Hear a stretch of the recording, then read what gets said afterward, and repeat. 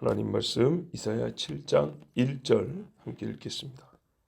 우시아의 손자요 요담의 아들인 유다의 아하스 왕 때에 아람의 르신 왕과 르말리아의 아들 이스라엘의 베가 왕이 올라와서 예루살렘을 쳤으나 능히 이기지 못하니라. 아멘.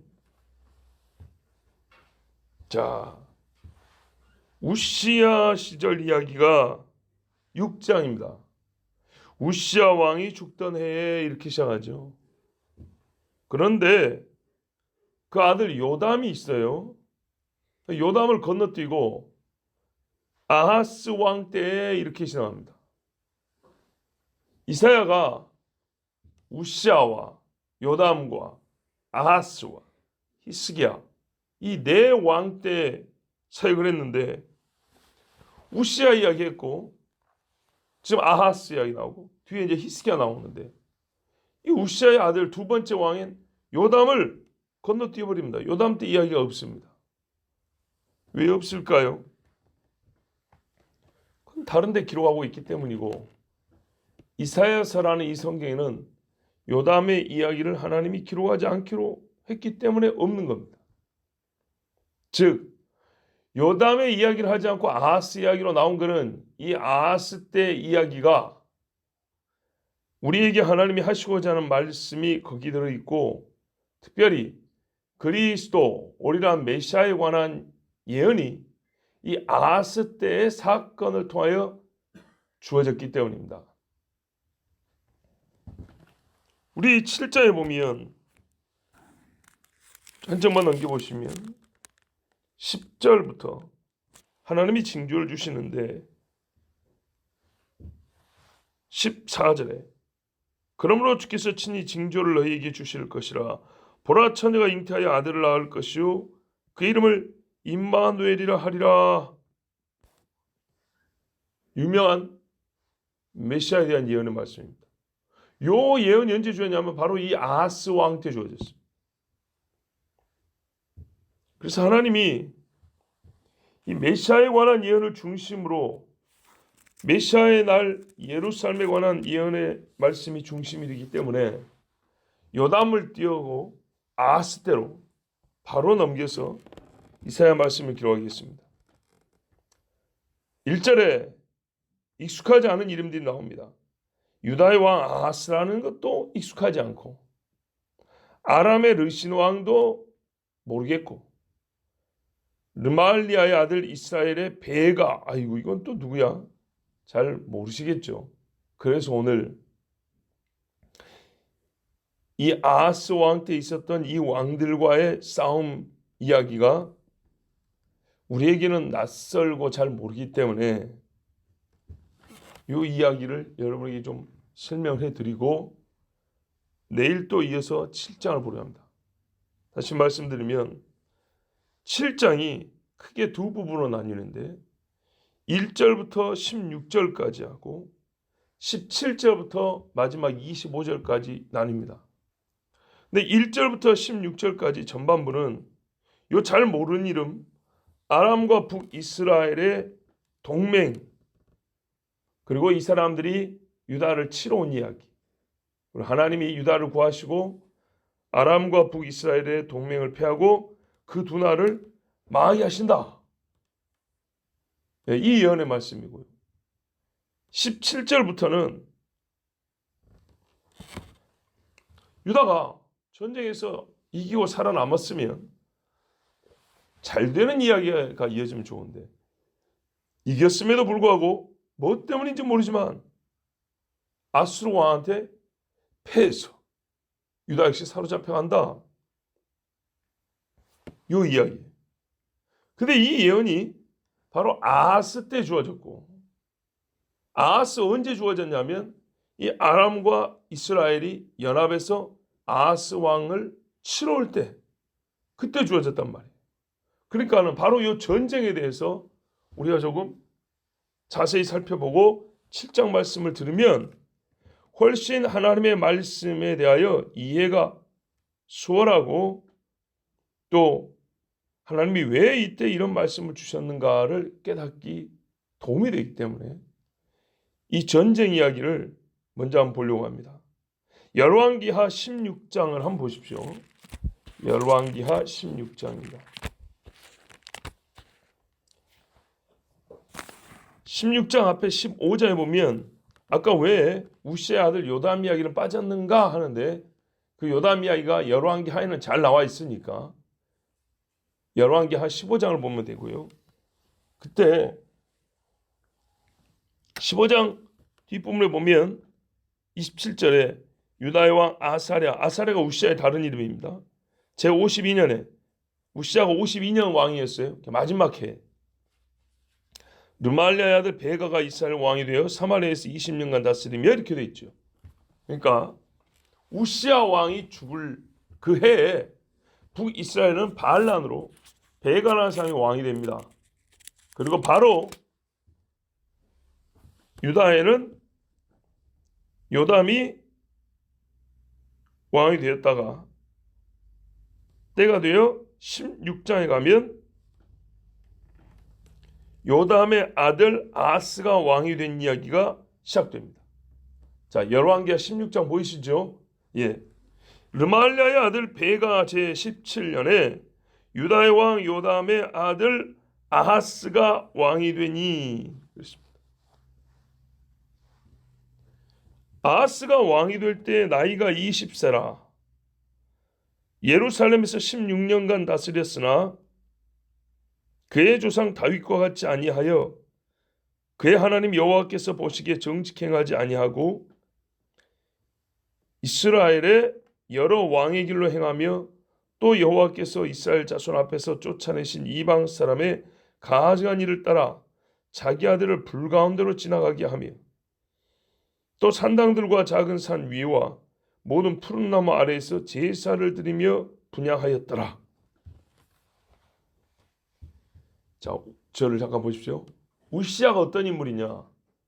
하나님이 도와주시니까 강해지고 교만해져서 내가 제사장 노릇 좀 해보겠다 하다가 문둥병 생긴 사람이죠. 이게 우시아예요. 그 아들 요담도 그런 대로 하나님 앞에 잘했습니다. 그런데 아하스가 왕이 되자 이 아하스는 개떡이래요. 개떡. 다윗의 마음은 전혀 찾아볼 수가 없고 북이스라엘의 여로보암의 후계에 자라와는 북이스라엘의 타락한 왕들을 그대로 따라가는 거예요. 그래서 급기야 자기 아들을 불 가운데로 지않게 몰래에게 바쳤다 이 말입니다. 불태워서 자기 아들까지. 이런 미치광이 짓을 한 사람이 유다의 아하스 왕이라는 사람이. 그리고 나무들마다 산마다 우상 숭배하는 자리를 만들었어요. 기가 막힌 사람이죠. 여기 아하스입니다. 그러니 하나님 어떻게 해요? 치시겠죠. 자, 열왕기하 16장 5절을 보십시오. 이때 아람의 왕 르신과 이스라엘 왕 르말리아의 아들 베가가 예루살렘에 올라와서 싸우려 하여 아하스를 에워쌌으나 능히 이기지 못하니라. 우와! 오늘 우리 이사야 7장 1절하고 똑같은 말씀 여기 있네요. 그죠? 예. 이런 상황에서 전쟁이 일어났어요. 북쪽 애들이 치러 온 거예요. 그러면 아하스가 지금 개떡 같은 짓을 하니까 북쪽 애들이 치러 와서 아하스를 이겨버리고 너희 새끼야 정신 차리고 한 대 때리고 가야겠죠. 하나님이 너를 인마 치라고 해서 우리가 온 거야. 정신 차려 이래야 되겠죠. 근데 다른 때 같으면 그랬을 건데 이번에는 그러지 않냐고. 오히려 이 개떡 같은 아하스가 이겼다는 얘기예요. 그러니까 이게 신비로운 사건입니다. 자, 계속 보시면 6절에 당시에 아람의 왕 르신이 엘랏을 회복하여 아람에 돌리고 유다 사람을 엘랏에서 쫓아내었고 아람 사람이 엘랏에 이르러 거기에 거주하여 오늘까지 이르렀더라. 자, 무슨 말이냐? 아람 왕 르신과 이스라엘의 베가가 유다를 치러 왔는데 유다에 속한 엘랏이란 동네는 뺏어갔어요. 엘랏이란 동네 하나는 뺏어갔는데 유다 전체를 뺏지는 못했다는 얘기입니다. 왜 그랬냐? 아하스가 아수르에다가 돈을 주고 군대를 좀 보내달라 그랬어요. 그래가지고 요 두 나라 왕을 깨버린 거예요. 더 강한 아수르에다가 돈을 보내서 군대를 좀 사온 거죠. 7절을 보십시오. 아하스가 아수르 왕 디글랏빌레셋에게 사자를 보내 이르되 나는 왕의 신복이요 왕의 아들이라. 이제 아람 왕과 이스라엘 왕이 나를 치니 청하건대 올라와 그 손에서 나를 구원하소서 하고 아하스가 여호와의 성전과 왕궁 곳간에 있는 은금을 내어다가 아수르 왕에게 예물로 보냈더니 아수르 왕이 그 청을 듣고 곧 올라와서 다메섹을 쳐서 점령하여 그 백성을 사로잡아 기르로 옮기고 또 르신을 죽였더라. 자, 두 나라가 쳐들어오니까 아하스가 이기려고 안 죽으려고 아수르에다가 돈을 보낸 거예요. 하나님 성전 곳간 그거 누가 준비하는 거예요? 다윗과 솔로몬이 쌓는 거죠. 이 정신 나간 인간 이거를 싹 빼갖고 오고 또 왕궁 곳간에 있는 금은을 빼다가 아수르에다 조공으로 바치면서 군대 좀 보내달라고. 그랬더니 아수르가 저 북쪽이잖아요. 알았다고 아람과 북이스라엘도 북쪽인데 더 북쪽인 아수르가 내려오면서 아람부터 쳐버린 거예요. 뒤통수를 친 거죠. 자, 우리 생각해 보세요. 요 밑에 유다가 있는데 위에가 북이스라엘, 그 위에가 아람이에요. 요 두 개가 연합해 왔는데 아수르는 더 위에 있단 말이죠. 일단 군대를 보내다가 돈을 보내니까 얘가 이리 왔고 아람부터 쳐버린 거예요. 아람의 수도 다메섹 여기를 쳤어요. 그리고 아람의 왕인 르신을 죽여버렸어요. 통쾌하죠? 근데 이게 어떻게 된 거라고요? 성전에 있는 그물을 갖다 줘가지고 그렇게 한 거라고요. 하나님께 기도 안 하고 기분이 좋아가지고 아하스가 이제 이 아수르 왕을 맞으러 가고 다메섹 왕이 죽었잖아요. 아람의 르신이 죽었잖아요. 그러니까 좋다고 이제 거기 이제 구경 간 거죠. 예. 10절 보십시오. 열왕기하 16장 10절에 아하스 왕이 아수르의 왕 디글랏빌레셋을 만나러 다메섹에 갔다가 고맙죠. 고마우니까 이제 아람의 수도까지 간 거예요. 거기 있는 제단을 보고 아하스 왕이 그 제단의 모든 구조와 제도의 양식을 그려 제사장 우리아에게 보냈더니 이 정신 나간 인간이 아람 왕이 자기를 치러 오다가 오히려 아수르 왕한테 죽임을 당했는데 아수르 왕 고맙다고 다메섹 이제 아람의 수도니까 다메섹으로 가서 고맙다고 인사하다가 보니까 자기를 치러 온 이 아람의 우상 숭배 제단이 보이는 거예요. 이거 그럴듯하거든요. 그래서 그림 잘 그린 사람한테 이거 그대로 한번 그려보라 그런 거예요. 그리고 성전의 제사장한테 좀 보내라. 이 짓을 한 거예요. 11절에 아하스 왕이 다메섹에서 돌아오기 전에 제사장 우리아가 아하스 왕이 다메섹에서 보낸 대로 모두 행하여 제사장 우리아가 제단을 만든지라. 제사장 우리아도 미친놈이죠. 왕이 다메섹에서 돌아와 제단을 보고 제단 앞에 나아가 그 위에 제사를 드리되 이 아람의 제단을 보고 그걸 그대로 성전에다 만들어 놓고 거기다가 제사를 드렸대요. 하나님께 제사를 드린 건가요? 그럴 수가 없죠. 불경 펴놓고 예배할 거예요, 하나님께? 그럴 수가 없는 겁니다. 자기의 번제물과 소제물을 불사르고 또 전제물을 붓고 수은제 짐승의 피를 제단에 뿌리고 또 여호와의 앞 곧 성전 앞에 있던 놋제단을 새 제단과 여호와의 성전 사이에서 옮겨다가 그 제단 북쪽에 그것을 두니라. 이야, 원래 있던 제단을 자리에서 옮겨버렸다는 거예요. 정말 미친놈이죠. 이런 정신 나간 놈이 없어요. 15절에 아하스 왕이 제사장 우리아에게 명령하여 이르되 아침 번제물과 저녁 소제물과 왕의 번제물과 그 소제물과 모든 국민의 번제물과 그 소제물과 전제물을 다 이 큰 제단 위에 불사르고 또 번제물의 피와 다른 제물의 피를 다 그 위에 뿌리라. 오직 놋제단은 내가 주께 여쭐 일에만 쓰게 하라 하며 원래 있던 것은 한쪽으로 치워서 왕 전용으로 놓고 아람의 거 번떠갖고 만든 거는 다른 백성들이 제사하게 쓰라. 그러니까 제단이 두 개인데 이제 두 개가 됐는데 원래 것은 왕 전용으로 쓰고 새로 만든 거는 백성이 와서 하게 하라. 그럼 백성이 하나님을 똑바로 섬길 수 있겠습니까? 하나님 그거 받겠어요? 16절에 제사장 우리아가 아하스 왕의 모든 명령들을 행하였더라. 이놈도 죽어야 돼요. 아하스 왕이 물두멍 받침에 옆판을 떼내고 물두멍을 그 자리에서 옮기고 또 놋바다를 놋소 위에서 내려다가 돌판 위에 그것을 두며 자 보세요. 물두멍이 있다 했죠. 엄청나게 물을 담아놓은 큰 대야 같은 거. 이 얼마나 큰지 몰래. 소가 12마리가 받치고 있는데 그걸 어떻게 했답니까? 다 떼내버렸다는 거예요. 소 옆판 다 떼내버리면 어떻게 해요? 주저앉을 수밖에 없죠. 그 물두멍을 끌어다가 그냥 돌바닥 위에다 놓았다는 거예요.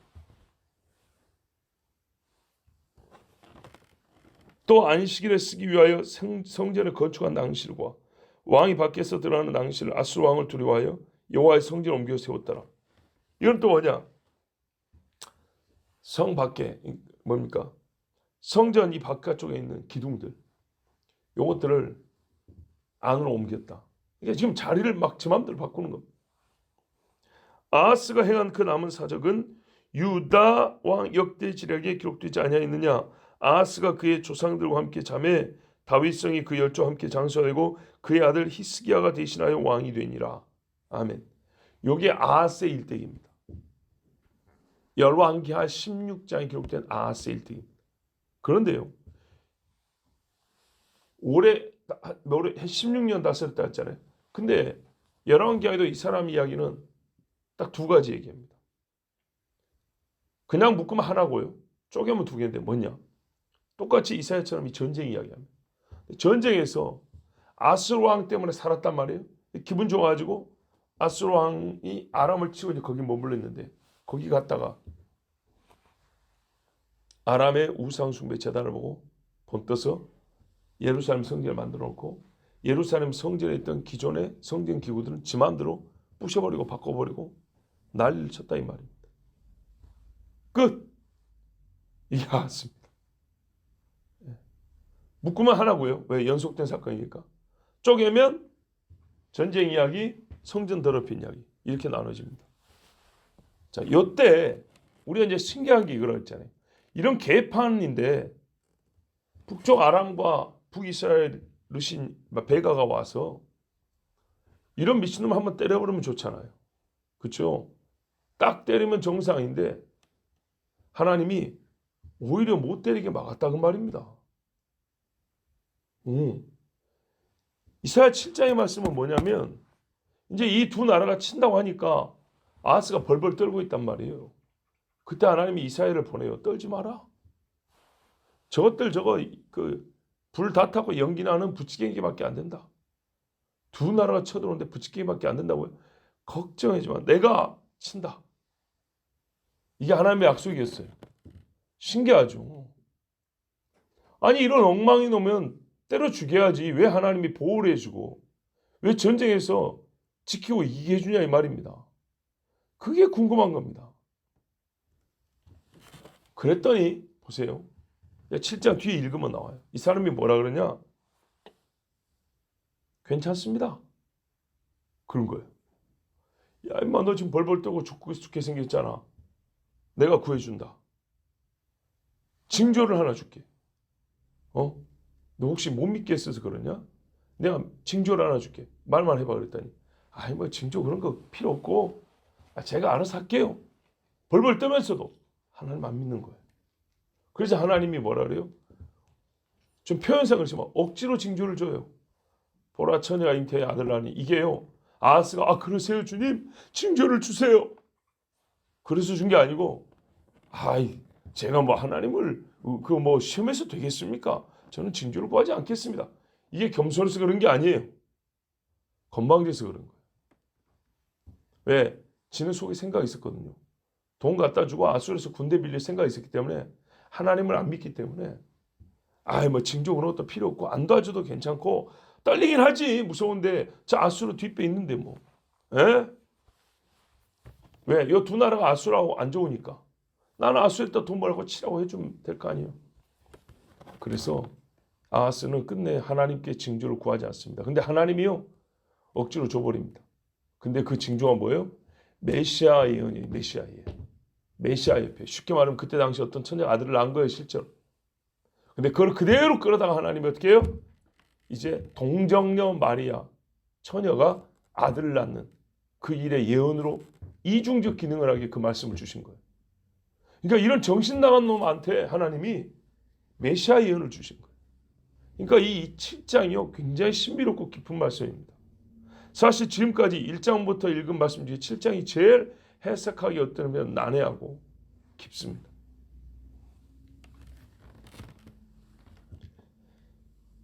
하나님을 불신하고 모독한 이 사람에게 왜 하나님은 구원을 약속하셨고, 그리고 아하스는 구원을 받았긴 받았는데 어떻게 받냐면 아수르 사람에게 돈을 줘서 구원을 받았단 말이에요. 그럼 이걸 어떻게 해석해야 되죠? 하나님이 유다를 살려준 거예요? 아수르가 유다를 살려준 거예요? 자, 이사야를 보면서 그랬다니까요.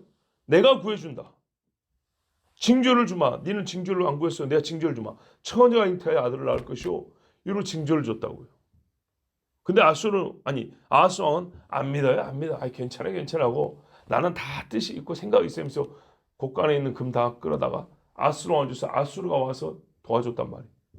결국엔 아하스가 살았죠. 아하스 때문에 산 거예요? 하나님 때문에 산 거예요? 아하스 때문에 산 거죠.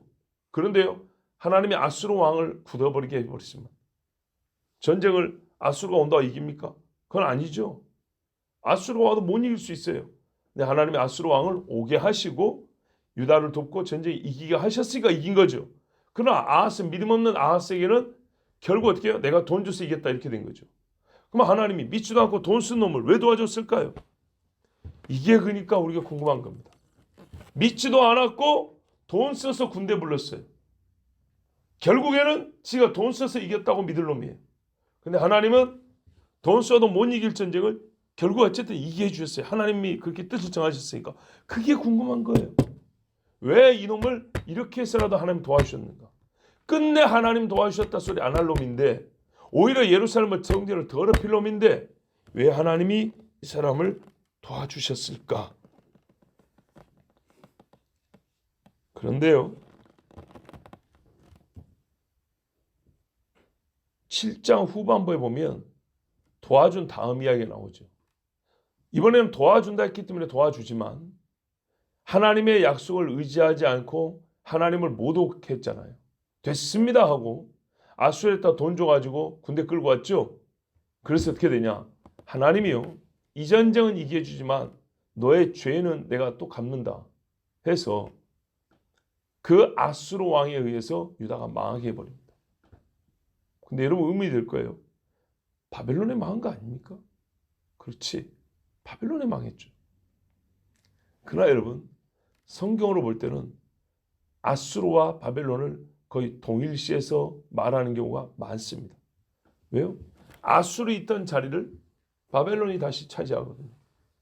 그리고 그대로 올라가면 이 지역의 사람의 왕을 아수르 사람이라고 부르기도 하고 바벨론 사람을 부르기도 하고 혼용할 때가 많기 때문에 이사야서에 보면 내가 오리라 한 그 아수르 사람에서 적그리스도를 예표하여 말할 때가 많습니다. 자, 그러면 이거죠. 보십시오. 이사야 7장은 말입니다. 장래를 보면 이스라엘이 위험할 때 하나님께 구해야 됩니다. 하나님이 징조도 주시고 그 아들 통하여 구하려고 작전해 놨는데 인간들이 말을 안 듣고 어떻게 해요? 아수르 왕을 의지합니다. 그랬더니 이 아수르 왕이 평화를 준 게 아니라 다시 이스라엘 사람들을 쳐 죽여버립니다. 그렇죠? 그때 정말 하나님이 이거를 미리 알고 예표를 준 게 있어요.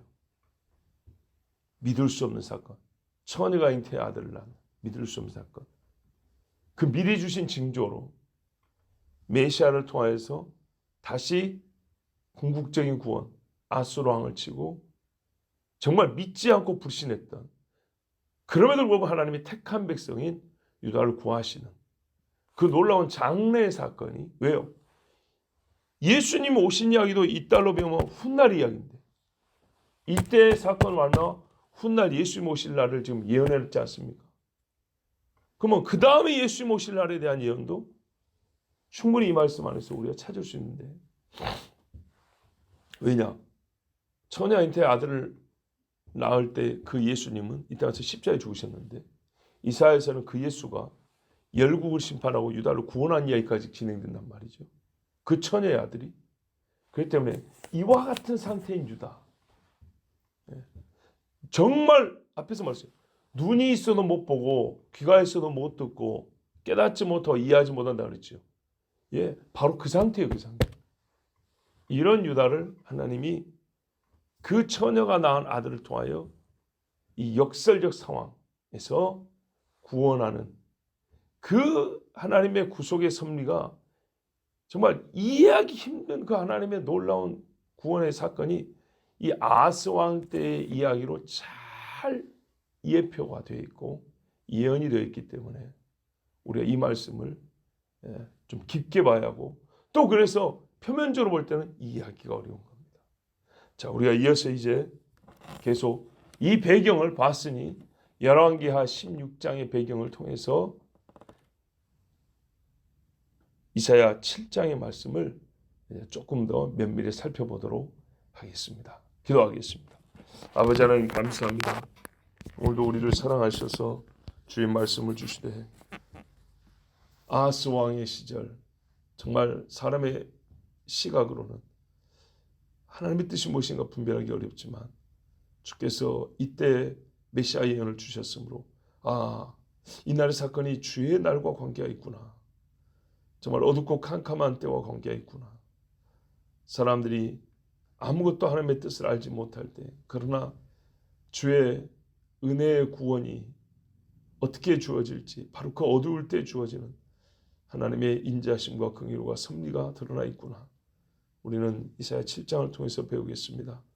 하나님 말씀하여 주시옵소서. 우리 또한 눈이 어둡고 귀가 닫힌 자가 되지 않게 하시고 마음이 부드럽고 겸손하여서 보고 듣는 바 말씀을 깨닫고 이해하고 하나님의 말씀에 심령이 감동이 되어서 주여 우리를 구원하소서. 나는 주의 구원을 기다립니다고 기도하는 하나님 백성들 되게 하여 주시옵소서. 예수 그리스도 이름으로 기도하옵나이다. 아멘.